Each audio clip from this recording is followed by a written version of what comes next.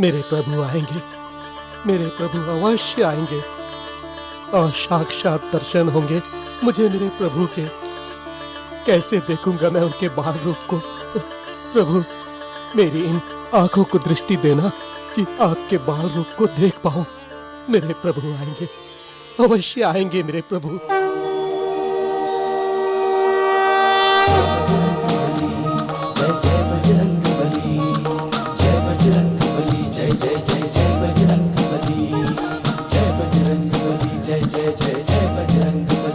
आ गए मेरे प्रभु, आ गए मेरे प्रभु।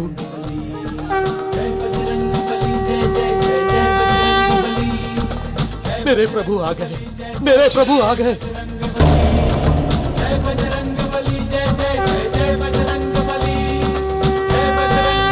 जिनकी वर्षों से प्रतीक्षा थी वो आ गए। मेरे प्रभु आ गए।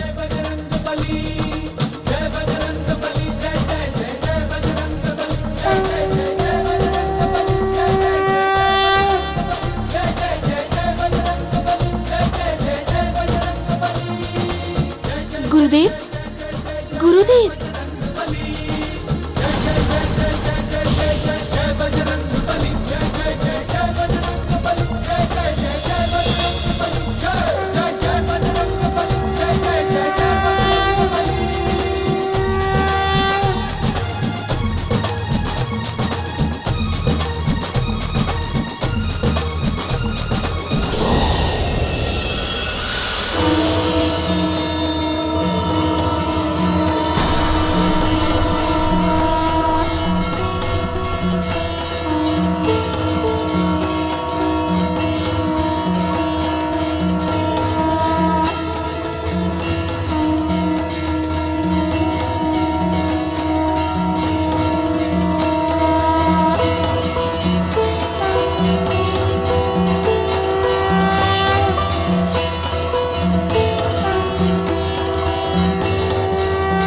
मेरे प्रभु आ गए, मेरे प्रभु आ गए, मेरे प्रभु आ गए, मेरे प्रभु आ गए, मेरे प्रभु आ गए, मेरे प्रभु आ गए, मेरे प्रभु आ गए, मेरे प्रभु आ गए, मेरे प्रभु आ गए। प्रभु, मैं आ रहा हूँ प्रभु, मैं आ रहा हूँ।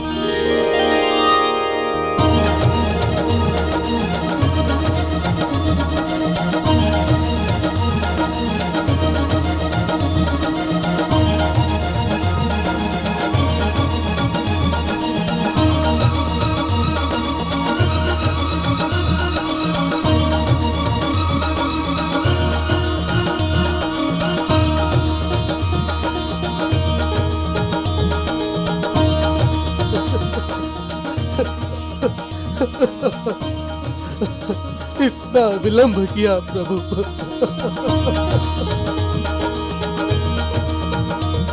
ऋषि, प्रभु के इस रूप के दर्शन तो जन्मों की तपस्या का फल है। मैंने भी जब पहली बार प्रभु के इस रूप के दर्शन किए थे तो इसी प्रकार अपनी सुध बुध खो बैठा था। लगता है आप भी प्रभु के दर्शन करके सब भूल गए हैं।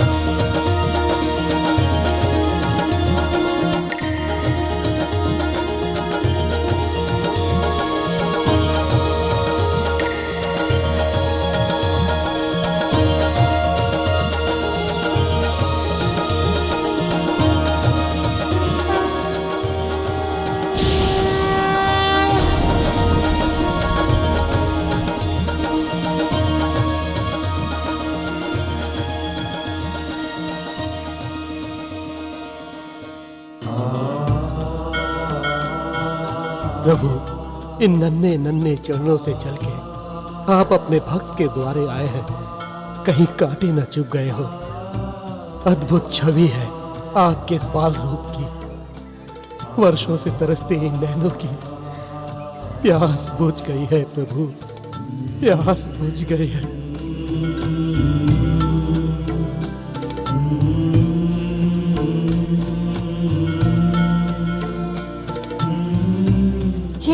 पतंग ऋषि को क्या हो गया?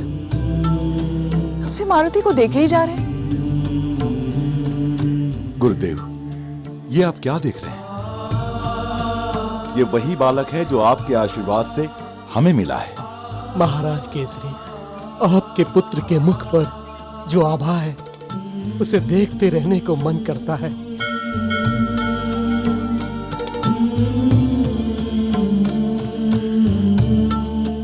उसके मुख से आंखें हटती ही नहीं हैं। गुरुदेव, ये तो हमारे प्रति आपका स्नेह है। नहीं, आपका बालक बहुत भाग्यशाली है और आप भी बहुत भाग्यशाली हैं।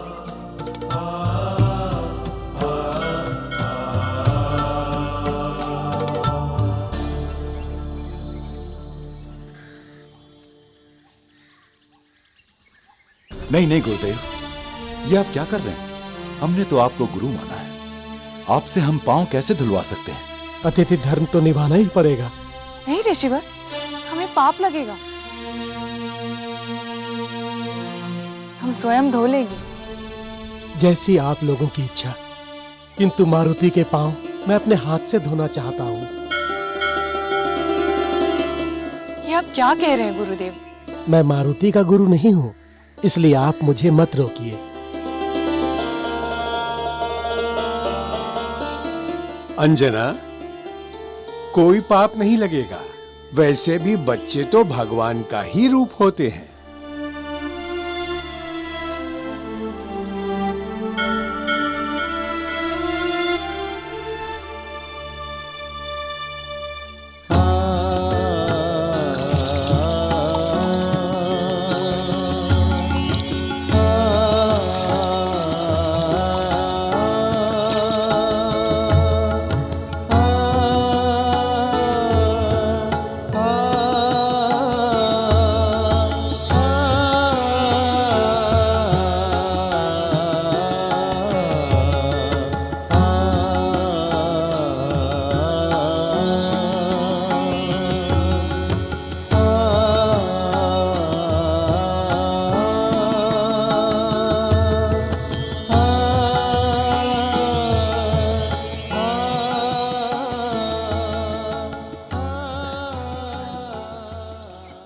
आइए, आप सब लोगों का हमारी कुटिया में स्वागत है।